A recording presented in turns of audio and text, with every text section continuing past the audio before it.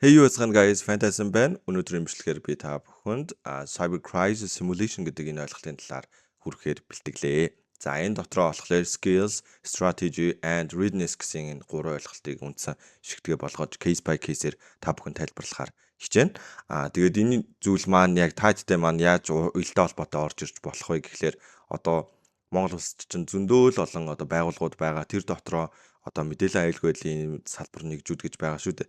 Тэгэхээр тэр болгонд маань болохоор red team, blue team, магадгүй нэмэлтээр purple team гэж баг бол үүсдэг байх. Тэгэхээр эдгээр одоо багуудад маань ер нь бол хэрэгтэй team одоо зөвлөмжүүд гэж бас ойлгож болно. Мөн нөгөө төгөөр олохлоор шинээр оюутан болж байгаа дүүнерт маань бас хэрэгтэй зөвлөмжүүдийг бас би хүргэхээр бэлтгэлээ. Өнөөдрийн маань яг яригдах энэ видеон дээр яригдах зүйлүүд маань юу гэхээр Cyber Crisis Simulation гэдэг яг юу гэсэн үг юм бэ? Яг одоо гадаадын одоо яг зах зээл дээр яг энэ зүйл нь юу яаж хийгддэг юм бэ? Гадаадын байгууллагууд дээр ер нь ямар хуу төвшөнд явдгийг гэдэг талаар ярина. Хоёрд нь болохоор Red Team, Blue Team одоо тэмцээнд оролцсон туршлагаасаа та бүхэнтэй хуваалцсан. За урд нь болохоор Cyber Security Framework-ууд байгаа. Тэгэхээр framework гэж яриаддаг тэ ажиллах талбар. Энэ зүйл маань ер нь яагаад чухал юм бэ? Кодинг дээр хүртэл framework гэж яригддаг шүү дээ. Тэгэхээр энэ аюулгүй байдал дээр framework-уудыг одоо дагаж мөрддөг ч юм уу те одоо урдаа барьж тэр зүйлийг одоо дагаж мөрддөг тэр зүйлүүдийг судална гэсэн үг юм бол. За дөрөвт нь болохоор key skill-үүд байгаа. Биднэрт одоо яг түлхүүр болох хүйц та хэдийн маань ер нь надаас байнга ер нь бол асуудаг нэг зүйл байгаа л да. Тэр нь юу юм бэ гэхлээр ялгаахан одоо жишээлбэл аюулгүй байдлын салбарт ороод би өөрийгөө уур чадвараа дээшлүүлэхэд яг юунаас эхлэх вэ гэдэг зүйл асуудаг. Нөгөө төгөөр болохоор энэ левел дээр хүрээ гацчлаа цаашаага юу суралцах ёстой вэ гэдэг юм одоо нэг ноу хав ч юм уу суралцах тэр талаас асуудаг. Тэгэхээр энэ дээр key skill-үүд буюу ер нь бол биднэрт чухал түлхүүр яг скиллүүд уур чадрууд нь юу юм бэ гэдгийг бид нэр одоо мэдчих хэрэгтэй. За тавт нь resource and tools буюу яг биднэрт шаардлагатай мэдчих одоо ашиглаж сурах хэрэгтэй гэсэн үг шүү дээ.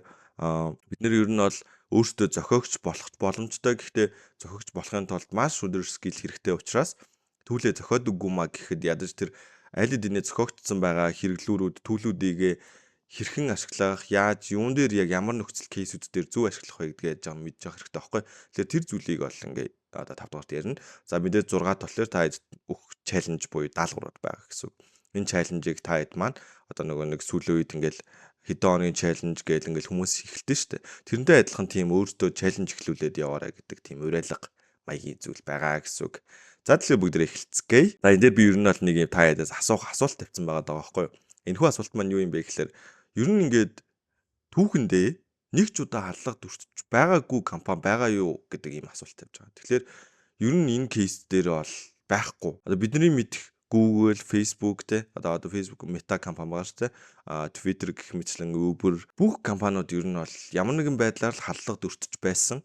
Гол нь тэр халдлагад өртчөөд тодорхой хэмжээнд хүмүүст мэдэгдүүлэхгүй ч юм уу те одоо арга хэмжээ авах тэр респонс нь илүү хурдан байгаад байгаа гэсэн үг. Тийм учраас бид нэр сайн мэддэхгүй зүгээр л хэсэг гацж байгаа буцаа ордог ч юм уу те ер нь янз бүрийн байдлаар л илэрдэг. Эдгээр зүйлүүд ер нь бол яригддаг гэсэн үг. Тэгэхээр бид нөгөө нэг зарим хүмүүс чинь ингээл манай вебсайт бол төгс вебсайт хизээж халдлага дүрстүүлэхгүй хакт болохгүй гэдэг яриа байдаг бол энэ бол төгс систем гэж байхгүй гэдэг үг байдаг. Бүх компаниуд л ямар нэгэн байдлаар халдлага дүрстсэн байдаг. Танах магадгүй одоогоор халдлага дүрстөөгүй байвал азтай байна. Удахгүй халдлага дүрстэн заяа. Угаасаа тим теоремтой байдаг. За тэгээд тэрэн дээр жишээ болгоод ярих зүйл юу юм бэ гэхлээр одоо хамгийн ихний кейс гэвэл Bybit дээр гарсан кейс байгаа. 1.5 тэрбум доллар одоо энэ крипто exchange-с алдагдсан ба. Энэ дээр болохоор ямар нөхдүүд хулгайлцсан байна тий хактад авцсан байна гэхлээр энэ дээр болохоор Lazarus бүлгэмийн AK гишүүн буюу одоо хойцлонгосын гишүүн бахна штэ North Korea-гийн Lazarus гэдэг маш том бүлгэн байгаа. Энэний гишүүн маань Bybit крипто exchange-ийг хактад тэгээд тэнцэнээс 1.5 тэрбум долларыг бол ликэж хийж чадсан байна гэсэн үг. За тэгэхээр энэ яг стратегийн хувьд яагаад амар нөлөөтэй вэ гэхлээр яг мөнгийг нь харахад сүрдэж байгаа боловч бүр тэрнээс илүү нөлөөтэй зүйл байгаад байгаа. Тэрний юу юм бэ гэхлээр одоо энэ North Korea буюу хойд солонгосын яг үндсэн санаа нь юу юм бэ гэхээр мэдээж нөгөө нэг маш их хэмжээний хөрөнгө оруулалт шаардсан нэг зүйл хийгээд байгаа да тий та хэд маань мэдж байгаа. Тэр зүйлд нь хөрөнгө оруулах боломж үүсэж байгаа гэсэн үг байхгүй юу? Нэг өснө тэд нар гадшаага юм нийлүүлдэггүй тий тэнцэнээс ингээд хэрэглээгээ дандаа дотооддоо болгодог. Тэгэхээр урсгал байхгүй учраас мөнгөний хувьд бол эдийн засгийн хувьд бол маш бага байдаг учраас энийг юугаар шийдэж болж байгаа юм бэ гэхээр хакерууд нь ажиллаад хакеруудтай илүү их хөрөнгө оруулаад хакерууд нь илүү бэлтгэгдээд тэгээд хакерууд нь яг гаднаас мөнгө олж ирэх нь шүү дээ тий. Ингэснээрээ улсаа хөгжүүлэх боломж бүрддэг гэсэн үг. За Bybit дээр гарсан кейс бол энэ байна. Та хэд маань Bybit дээр гарсан 1.5 тэрбум доллар хэрхэн алдагдсан бэ гэдэг талаар Google дээр зөнгөдөг байсан. Зөндөө мэдээлэлүүд байгаа. За мэдээж AKA Yahoo. За Yahoo ашиглаж үзэж байгаагүй юм бол бас нэлээ ховор байх. Яг одоо дээр үед бол Yahoo Messenger-ыг яг Facebook-ээс илүү хүмүүс ер нь ашиглаж маш идэвхтэйгээр ер нь бол ашигладаг байсан. Тэгэхээр энэ Yahoo дээр жишээлбэл кейс гарч исэн. Yahoo халдлага төртөөд хэдэн мянган хэрэглэгч, хэдэн сая хэрэглэгчний задаа алдж байсан кейсүүд бол зөндөө байдаг. Энэ бол мэдээж Messenger-ийн жишээ байна. Crypto Exchange-ийн жишээ оруулсан. Үүнээс гадна гэвэл бидний одоо за баг өвөл ер нь бол монголчууд бол нэлээд их аялал гардаг тий. Airport-ийн ер нь компани байгаа гэсэн үг тий. Тэгэхээр Airport-ийн компаниар дамжиж маш их хэмжээний хүмүүсийн мэдээлүүд одоо тэнд хадгалагдчихэдэг гэсэн үг. Тэгэхээр тэр хадгалагдчихэдэг мэдээллүүд маань бас алдагдвал ямар эрсдэл учрах вэ гэдгийг бас бодцох хэрэгтэй. Энэ дээр British Airways компани бас мэдээлэл алдчихсан кейсээс тохиолдол бас гарч ирсэн юм байна. Тэгэхээр зөвхөн одоо эдгээр компаниуд мэдээлэл алдчихсан гэхээсээ илүүтэйгээр юу гэж ойлгож болох вэ гэхээр ер нь бүх компани мэдээлэл алдах боломжтой байна гэдгийг бол харж болж байгаа. За Uber компани бас байна. За бид нар мэдгтээ одоо зөв жишээд хэлбэл одоо ер нь бол нэлээд том л одоо аппликейшн одоо үндсэн бизнестэй л дээ. Бидний жишээгээр бол UB Capital төстэй гэх юм уу. Гадаадад одоо бид нар хүссэн газраасаа юугаа захиалаад таксигаа захиалаад ер нь л явж болдог. Энийг би болохоор Black Hat тэмцээнд оролцож байгаа үедээ ер нь бол Сауди Арабид ер нь бол энийг Uber-ыг бол ашиглаж байсан. Тэгэхээр Uber бас халдлагад орчихсон. Гэхдээ эдгээр дөрвөн байгууллагаас нэг авах юм байгаа заяа. За тэр нь юу юм бэ гэхлээр нэгдүгээрт халдлагад өртсөн гэдгээ ингээд нээлттэйгээр хэлж байгаа нь бол responsibility-гийн хувьд бол маш сайн.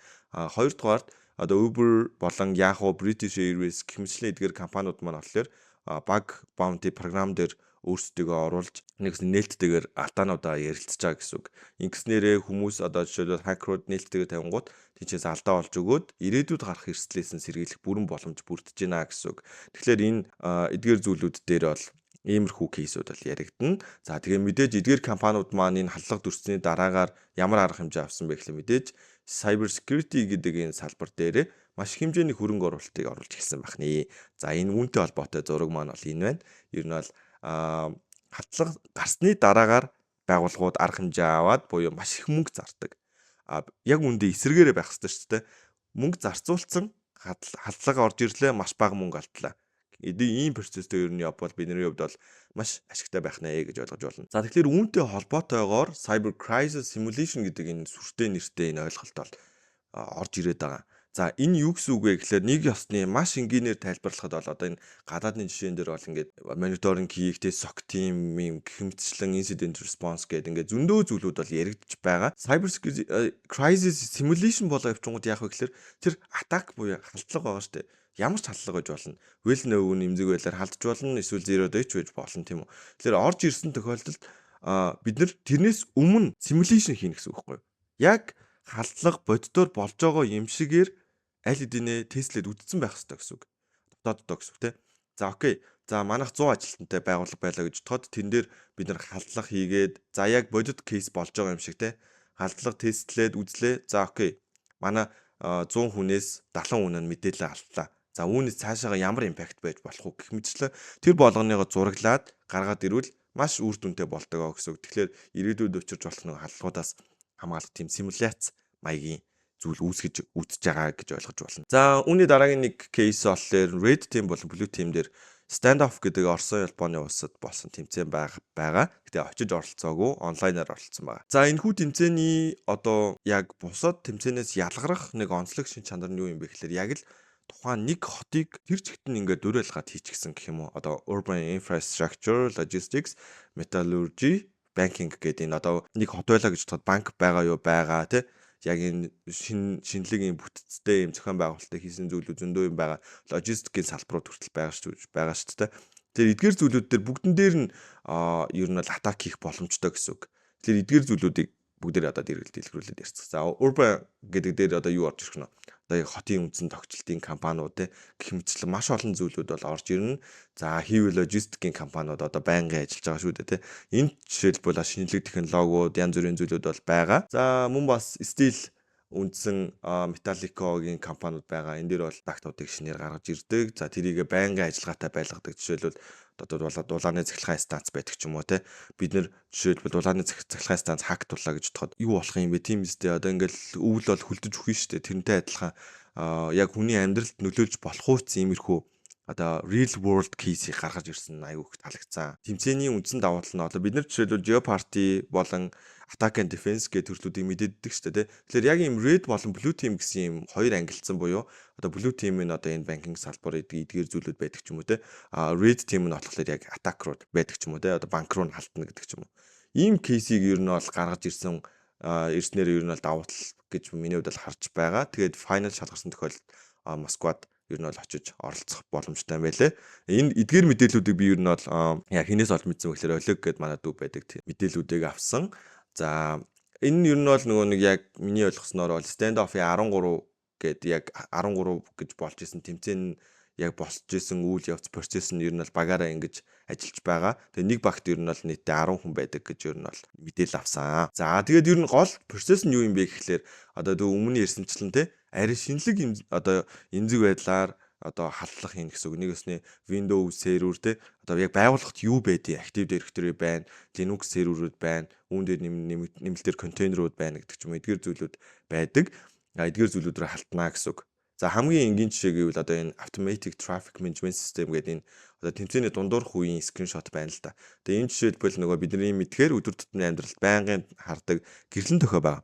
Гэрлэн төхөө манаас ард нь ямар хуу систем явд юм бэ гэдгийг бид нар мэддэггүй шүү дээ. Тэгэхээр энэ систем рүү жишээлбэл халтах тийм кейсс гарч ирсэн гэсэн үг. За мөн бас мэдээж маш том одоо бүр хотоор нь авч үзэж байгаа учраас тэрний нэг кейс буюу ганцхан кейсийг л харахад логистикийн одоо энэ кейсийг харахад маш олон доменууд, юзерүүд тэ тэрнтэй дахиад одоо матчинг хийсэн доменууд тэ тэгээ хамгийн эцсийн дүндээ болохоор authenticated users гэх мэтчлэн яг л харангуут яг байгууллага тийм системийг дөөрөөгөө хийцэн байгаа гэсэн үг. Тэгэхээр энэ томоохон систем болон доменуудыг ер нь бол бид нар маш сайн мэддэг байх хэрэгтэй. Энийг мэдхийн тулд бид нар нөгөө өмнө ярьсанчлаа мэдээллийн аюулгүй байдлын мэдлэгээс гадна систем болон одоо энэ автоматжуулалт болон эдгээр мэдлгүүдийг мэдчих шаардлага үүсэж байгаа гэсэн үг. За тэгээ миний яг өөрийнхөө угаасаа олсон кейс дээр л угаасаа ярьж ижил илүү ойлгомжтой болно шүү дээ. Миний хувьд бол яг оролцсоны хувьд одоо нэг 10 хүнтэй баг олж ордог гэсэн шүү дээ. Тэгэхээр тэнцэнээс миний мэдхээр дийлэнх нь ер нь бол Орос хүмүүс бол байсан яг манай багт. Тэгээд үлдсэн нь ер нь бол бас монголчууд байсан. Манай монголчуудаас бол та хэдийн маань мэдэх зөндөө олон бас мундаг аюулгүй байдлын мэрэгчлэтнүүд бол оролцсон.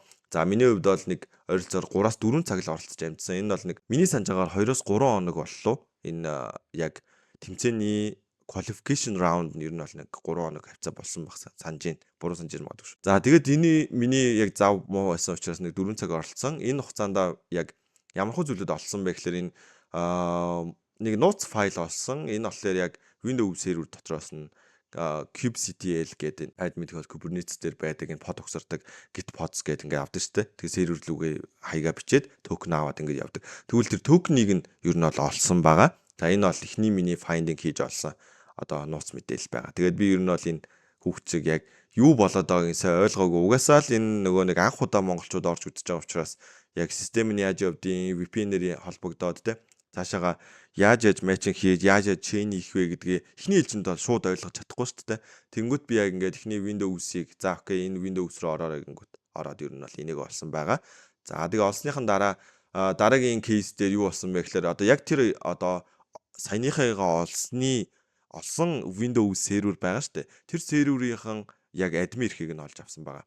За админ эрхийг нь олж авснараа давуу тал юу үүсэж байгаа юм бэ гэхээр тэр дотроо хортой код үүсгээд хортой кодоор shell-ээр холбогдоод shell-ээ үргэлжлүүлээд одоо үндсэн privilege escalation одоо хэсэг буюу lateral movement-тэй хийсний дараагийн step буюу одоо нэг өсний gaining access, initial access буюу одоо дээшээгээ ливлээ ахиулж байгаа гэсэн үг. За ингэснээр над ямар давуу тал үүсэх вэ гэхээр Windows дээр администратор эрэхтэй болцсноороо би өөртөө user үүсгэж болно гэх мэтчлэн тэ. За үүнээс гадна би админ эрэхтэй болсноороо бусад хэрэглэгчдийн нууц үгийн хэшийг нь задлах ч юм уу эсвэл plain text хэлбэрээр гаргаж ирж болдог гэсэн үг. Энэ бас нэг тийм төрлийн халдлагын нэг арга байсан байгаа. Тэгээд энэ дээр болохоор help desk гэдэг юзерийн нууц үгийг олж авсан гэсэн. За тэгээ мэдээж би зүгээр help desk-ийн нууц үгийг олчлоо гэж явуулсан чинь энэ болохоор яг үүндээ бол бас нэлээд чухал мэдээлэл байж таарсан. За тэгээд энэ дээр бид нар ер нь бол яг би ингээд ийм дараалаар ийм степээр administrator user-ыг эзэлж авсан гэдгийг ер нь илэрхийлсэн. Тэгээд үүний дараа за окей ингээд бөөндөө хамт оролцоход гоё байлаа. Монгол болон Оросууд ингээд нийлээд том тэмцээнд бас нэлээд амжилттай ахиуллаа гэд бид нар ер нь бол яг глобал байгууллага гэнэ.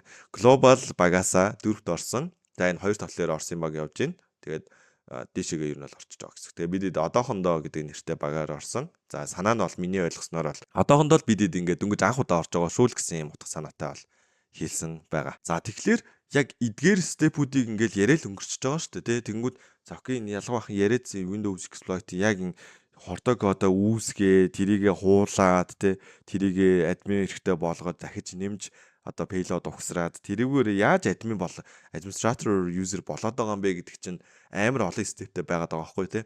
Ямар степийн дагуу яваад байгаа юм бэ гэхээр энэ дээр framework гэдэг зүйл бол яригддаг байгаа. Жишээлбэл Mitre-гийн attack-ийн framework байгаа. Энэ болохоор хамгийн нийтлэг одоо хакерууд ашигладаг тийм framework байгаа гэсэн. Тэгэхээр ер нь бол үүнээс гадна өөр framework-ууд бол байдаг. Гэхдээ энэ бол илүү одоо амар олон тишээ хувирах боломжтой бөгөөд нэлээд дэлгэрэнгүй тайлбарласан тийм framework гэж ойлгож болно. Жишээлбэл reconnaissance гэдэг энэ мэдээлэл цуглуулах гэдэг хэсэг төр хүртэл маш олон 10 техник байгаад байгаа байхгүй. 10 штэ бүр active scanning, gathering, victim, host information буюу одоо нэг хохирогчийн хостын мэдээллүүд за үргэлжлүүлээд энэ хамгийн чухал гэл phishing information байна. Search open technical databases. За энд бүр нөгөө нэг public-аас мэдээллүүдийг нь хайж болох хүртэл орж ирж байгаа гэсэн үг. Тэр энийг харахад маш дэлгэрэнгүй гэж одоо харж болж байна. За мөн бас үргэлжлүүлээр resource development, initial access түрүүний ярьжсэн те execution буюу тухайн яг хордог код ажиллуулах хэсэг, persistence, parallel escalation буюу ирэхэд дэвшлүүлэх, үүнээс гадна defense evasion гэдэг зүйлс орж ирж байна. За магадгүй танаа байгууллагт маш өндөр лицензээр худлаад авсан firewall, EDR гэдэг юм зөндөө төхөөрөмжүүд байгаа шүү дээ. DLP энэ гэдэг. За эдгээр зүйлүүдийг чинь хакерууд хэрхэн bypass хийдэг вэ гэдэг төрлийн техник нь 45 техник байгаа гэсэн юм дэр. За credential access бас байж болно. За заавал бас эмзэг байдлаар халтах гэдэг бас шаардлага байдаггүй зарим тохиолдолд.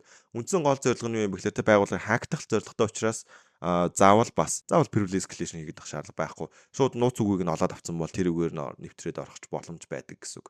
Discovery, lateral movement гэх мэтчлэн хамгийн эцсийн дүндээ ерөөсөө л impact гэдэг зүйл буюу нөлөөлөл гэдэг зүйл орж ирж байгаа. Энэ дэр хүмүүс мэдээлэл алдаж байгаа гэсэн үг. За мөн бас одоо саяны зүйлүүдийг ярьсан шүү дээ тий. Stand up тэмцээнд ер нь бол та хэд манаас ирээдүйд оролцох сонирхол байж магадгүй. Тэгвэл энд оролцоход ямар хөө төрлийн скиллүүд буюу одоо ур чадваруудыг мэдчих хэрэгтэй юм бэ гэхлээр pivoting гэдэг ойлголт байгаа. За би энэтэй холбоотой ер нь нэг тусдаа видео хий гэж бодоод байгаа. Гэхдээ members only дээр defender evasion гэдэг зүйл байна. Мэдээж Windows-ийг одоо бид нар бол одоо муу гэж яриаддаг боловч яг яагаад муу гэдэг зүйлээ тайлбарлаж чаддаггүй. Сайн гэдэг бол сайн дээр яг яагаад сайн гэдгийг бас тайлбарлаж чаддаггүй. Тэгэхээр энэ дээр defender evasion дээр яригдах зүйлүүд бол бүр маш их байдаг. Ер нь бол маш их байгаа. За privilege escalation гэдэг зүйл ойлголттой бол мэдээж байна. За хэтмээ ирэхээ олж авч байгаа lateral movement бас байна. За enumeration гэдэг step бол миний мэдхийн энэ дундах хамгийн чухал хэсэг гэж бол боддог. Яагаад вэ гэхээр enumeration гэдэг зүйлийг мэдээлэл цуглуулах те яг нэг порт ч юм уу ямар нэгэн point ингээ хатгаад авчлаа гэж бодолттой нэг цэг дээр ингээд авчлаа. Түүнээс цаашаага хэрхэн явах вэ гэдэг зүйл чинь амар чухал байдаг байхгүй. Тэр хэсгийг үргэлжлүүлэх боломжийг бүрдүүлдэг зүйл нь enumeration гэж ойлгож байна. Enumeration-ыг муу хийцэн байвал ер нь бол бид нар цаашаага явах боломжгүй. Ер нь маш хэцүү. За phasing гэдэг ойлголт мэдээж байна. За phasing дээр ер нь бол веб болон дотоод сүлжээн дээр phasing-ууд яригддаг. За жишээлбэл бүр phasing гэдэг нь бүр доод түвшний C level дээр хүртэл phasing яригддаг шүү дээ. Тэгэхээр эдгээр phasing-ийн ойлголтыг бас мэдчих хэрэгтэй аль алиг нь. За web exploitation-ийн мэдээж суур биш бүр дээд түвшний ядаж байгаа мэдлэгтэй байх хэрэгтэй. Дийлэнх юмнууд нь black box хэлбэрээр орж ирж байгаа учраас кодингийн байхгүй. Тэгэхээр та хэд юм зарим нь бол AI ашиглаад шууд кодыг анализ хийгээд эмзэг байлыг олоод ээж магадгүй. Тэгвэл тэр зүйл дээр чинь failed нэ гэсэн үг. Тийм учраас биднэрт өөрсдийн custom skill маань хэрэгтэй болж байгаа. Тэгэхээр энэ дээр web exploitation-ы өөр бол шууд network-оос нь уншаад яг ямар процесс хийгдэж гэн тэ одоо түүл ашиглахгүйгээр баг шууд олдог ч юм уу. Тиймэрхүү төрлийн скиллүүд бас байх ёстой байгаад байгаа. Заавалжгүй. Ингэж дийлэнхтэй процесс нь яаж явагддаг вэ гэхээр web exploiter дамжиж цаашаага дотоод сүлжээ рүү нэвтрэх тийм чаленжууд маш их байдаг. За AD exploit-ууд мэдээж орж ирж байгаа актив директоритэй холбоотой. Мэдээж дийлэнх Монгол гэлтгүү дэлхийд дахинд сервисүүд нь баг 90% нь Windows сервер ашиглаж байгаа.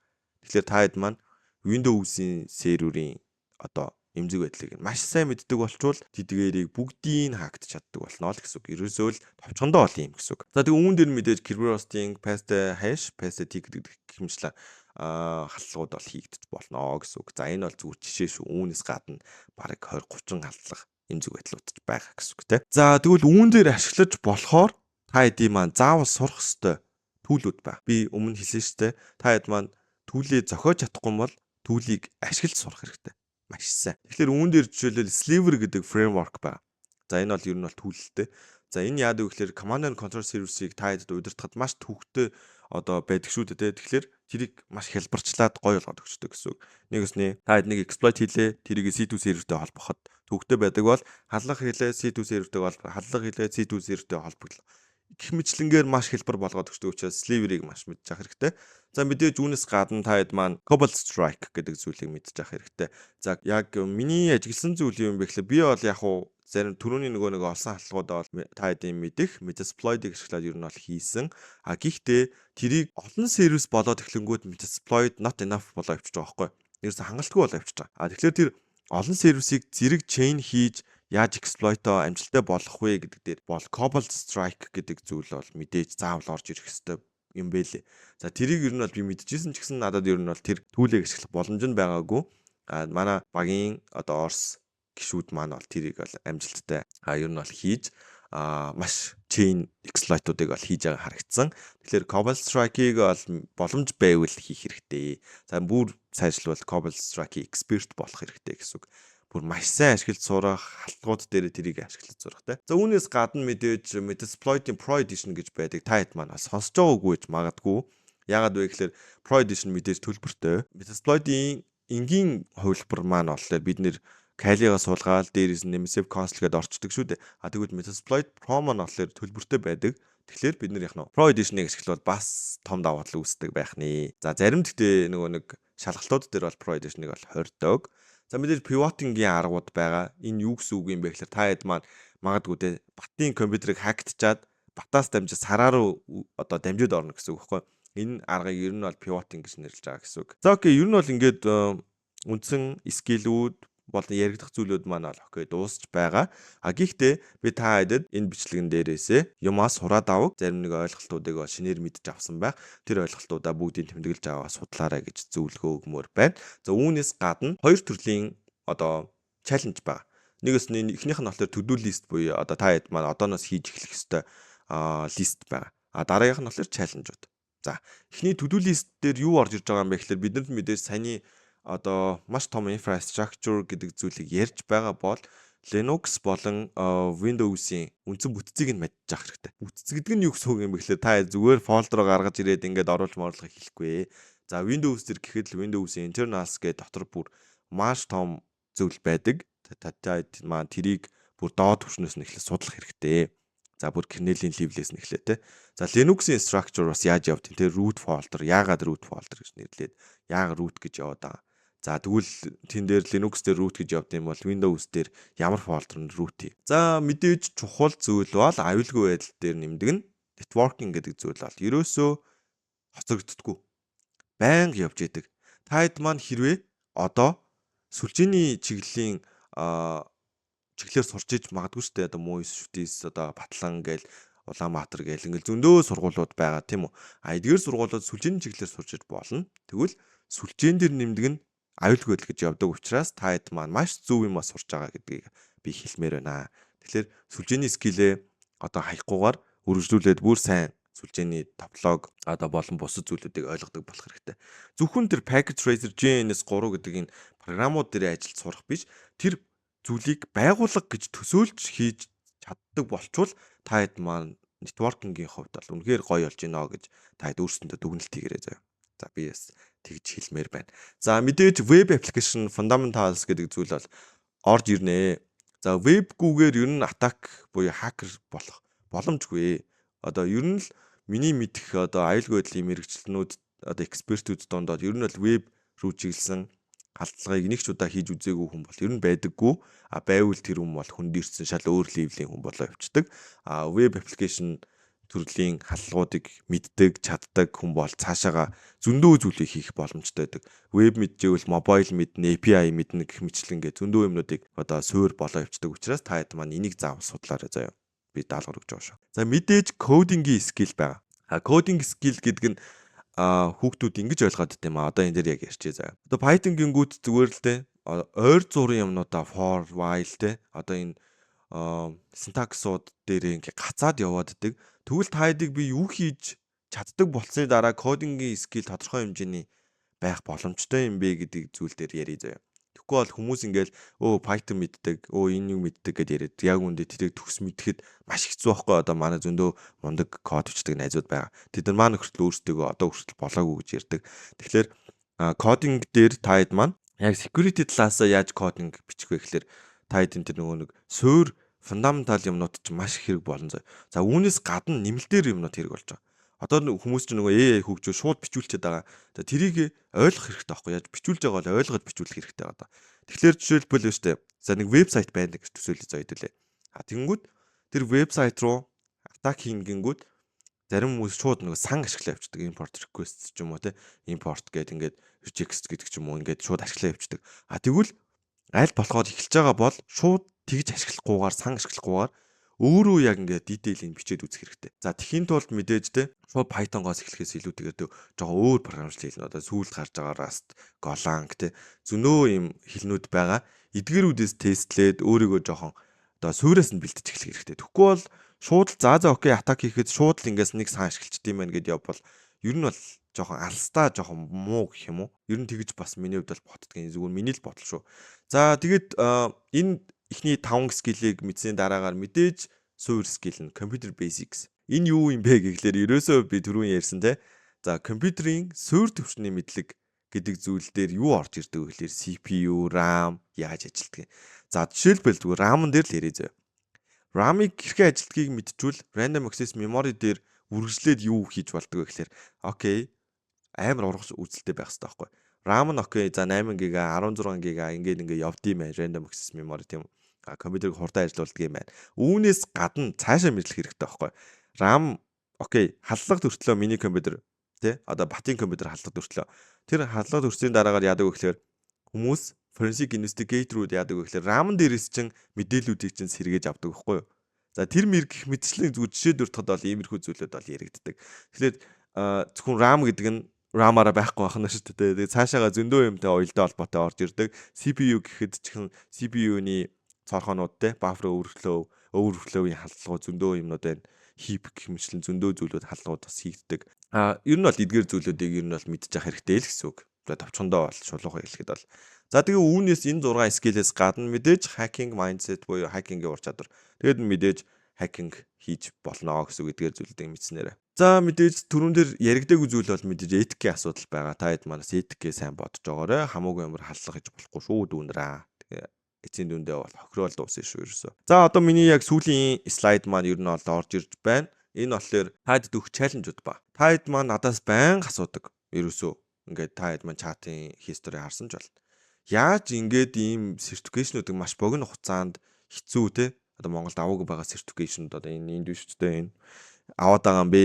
Яаж энэ харуулц ингээд 2 удаа авраг аваад байгаа юм бэ гэдэг зүйл дээр бол мэдээж маш их нэгдүгээр золиос шаардж байна. Хоёрдугаарт маш их дисциплин буюу маш тогтвортойгоор урт хугацаанд өсөлттэй байх хэрэгтэй гэсэн үг те. Миний яг нөгөө нэг бодоодсэн нэг юм байсан аахгүй одоо шүдөө гоож хатаач юм бодож байсан зүйл. Тэр юм бэхлээр окей хүнд ингээд зөвлөхөд тууштай бай гэж зөвлөчихлөөр тэр бол буруу юм байна. Тууштай бөгөөд сайжралттай байх хэрэгтэй юм. Тэгэхгүй бол тууштай гэдэг чинь 10 жил яг нэг юм хийцэн хүн бол тууштай байсан байгаа байхгүй. Гэтэ тэр юм л хийж чадна гэсэн үг. Тууштай бүгээ сайжралттай хүн юу вэ гэхээр 0-оос эхэлж исэн бол 10 жилийн дараа гэхэд 100 дээр ч юм уу очсон байна гэсэн level 100 дээр. Тэгэхээр энийг манайхан маш сайн бодоорой. Тэгээ хамгийн энгийн жишээ хэлэхэд би яг одоо хамгийн анхны OCP гэдэг энэ одоо fundamental level-ийн certification байгаа шүү дээ. Тэр certification-ыг авахын тулд 2000 гаруй эмзэг байдалтай машиныг хактжиж энэ хүү certification-ыг авсан ба. Зүгээр ингээл бодчих заяа 2000 гэж бодлоо. Жилийн дотор 2000. Би өдөрт хэдэн машин хийсэн байна вэ гэдгийг манайхан бодоод үзэх хэрэгтэй. Ингэснээр тууштай бөгөөд өсөлттэй байснараа ямар давуу тал үүсэж байгаа вэ гэдгийг харж болж байгаа. Тэгэхээр 2000 гэдэг чинь ерөөсө тоондоо биш байхгүй юу? 2000 эмзэг байдалтай машин гэдэг нь 2000 өөр эмзэг байдлыг би мэдж байгаа гэсэн утгатай. Өөр арга техникийг те. Зөвхөн ингээд нэг төрлийн юм ингээл веб руу халдана. Би зөвхөн л энэ CV 2025 энийг мэддэг гэхгүй бүх төрлийн эмзэг байдлуудыг тестлээд үзсэн байвал тэр чинь толгоонд ч орчдөг гэсэн. За нэг ийм жишээ шүү заяа зүгээр өөрийнхөө кейс дээр ярихад. Тэгэхээр таад дүгж байгаа чаленж маань юу юм бэ гэхээр hack the box, woolen hub, hack my VM, woolen X гэх мэтчлэн эдгээр вебсайтууд руу ороод за тэгээд энэ дээр яах вэ гэхээр давхар бас заавал Notion дээр ч юм уу эсвэл таад өөрсдийн дурын юм бичдэг платформ дээр байж болно. Тэмдэглэлээ хөтлөх хэрэгтэй. Тэмдэглэл заавал байх хэрэгтэй гэсэн үг.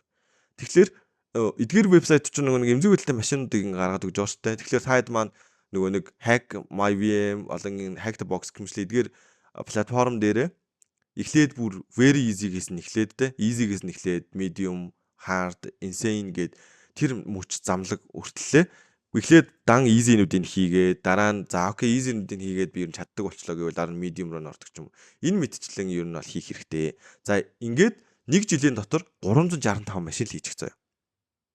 Өдөрт нэг л машин гэсэн. Амар амархан байна. Өдөрт ганцхан л машин хийчих. Өдөрт нэг гэн л эмзэг байдлыг судалж байгаа. Ингэсэн дараагаар таад нэг жилийн дараа гэхэд 365 эмзэг байдлыг мэддэг буюу тэр дотор чинь зөндөө олон арга техникүүд байгаа шүү дээ. Эдгээр мэддэг болчихно гэсэн. За тэгээд энэний дараа буюу 365 одоо машинаа хийгээд окей болчлоо. Үүний дараа та хэд юу юм бэ гэхээр өөрсдийн custom эмзэг байдалтай машинаа зохиож бүтээх аянда гараарай гэж би ер нь бол зөвлөмөр байгаа. Тэгэхээр яг нь та хэд маань 365 машинаа хийгээд дууслаа. Үүний дараагаар та хэд өөрсдөө эмзэг байдлаа бодож машинаа яаж эмзэг байдлаа болох уу гэдэг тийм талын концепцийг шинээр судалж эхэлнэ гэсэн үг. За ингээд ер нь бол миний өнөөдрийн маань бичлэг дуусч байна. Тэгээд өнөөдрийн үндсэн бичлэгний зорилго маань юу юм бэ гэхээр та хэдийг мэдлэг олгож байгаа юм мэдчихээсэй гэж хүсэж байна. Миний хувьд бол чин сэтгэлээсээ энэ OC 3 болон харуул зэнгийн аваргуудтай шинэ аваргуудтай болмоор байна. Шинэ ийм мэдлэгийн ур чадвартай генерашнтэй болмоор байгаа учраас л би ийм юм ярьж байгаа гэсэн үг. За тэгээд тийм учраас та хэдтэй ер нь бол одоо нэг шинэлэг зүйл нь юу юм бэ гэхээр зөвхөн ингээд яриад дуусчихгүйгээр та хэдтэй даалгавар өгöd байгаа. Тэр ингэж даалгавар өгснөөрөө та хэд маань цаашид үргэлжлүүлээд өөрийгөө хөгжүүлээд те за окей ялгаах даалгавар өгсөн чи би энийг ингээд хийнэ. Энэ майлстоунд хүрнэ гэдэг зүйлийг л ярьж байгаа гэсэн үг. За тэгээд нэг мэдээлэл өгөхөд та хэд маань YouTube ийм одоо members only гэдэг зүйлийг мэдэн штэ. Одоо member болохыг мэдэн штэ. Одоо live stream дээр бол ингээд өөр мөнгөөр харагддаг. Тэгвэл миний members only дээр юу байгаа юм бэ гэхээр ер нь бол энэ кибер аюулгүй байдлыг анхаарч насанд ер нь ингээд дараалтаагаар одоо Zero to Hero гэдэг ийм зарчмаар ер нь бол ингэж хичээлүүд оруулж байгаа нэмэлтээр тэр members only дээр мэдээж илүү customized илүү нарийн гүнзгий юм уу? Яг энэ чиглэл рүү гүнзгийрж байгаа хүүхдүүдэд зориулсан тийм контентууд ер нь бол ороод явж байгаа шүү. Тэгээд нэмэлтээр удахгүй ер нь бол гой контентууд бол нэмэгдээд явна. Public дээр бол иймэрхүү speeching юмнууд бол та хэдэл яриад юмнаа гэж ойлгож байна. За тэгээд та хэд маань асуух зүйлүүд байвал комментээр бичээрэй. Пэйж рүү бичсэн ч болно. За тэгээд өнөөдрийн бичлэгтээ таалагдсан гэж найдаж байна. Тэгээд дараагийн бичлэгээр уулзцгаая. Subscribe болон лайк дараарай guys. Тэгээд дараагийн бичлэгээр уулзцгаая. Түр баяртай guys. Happy hacking.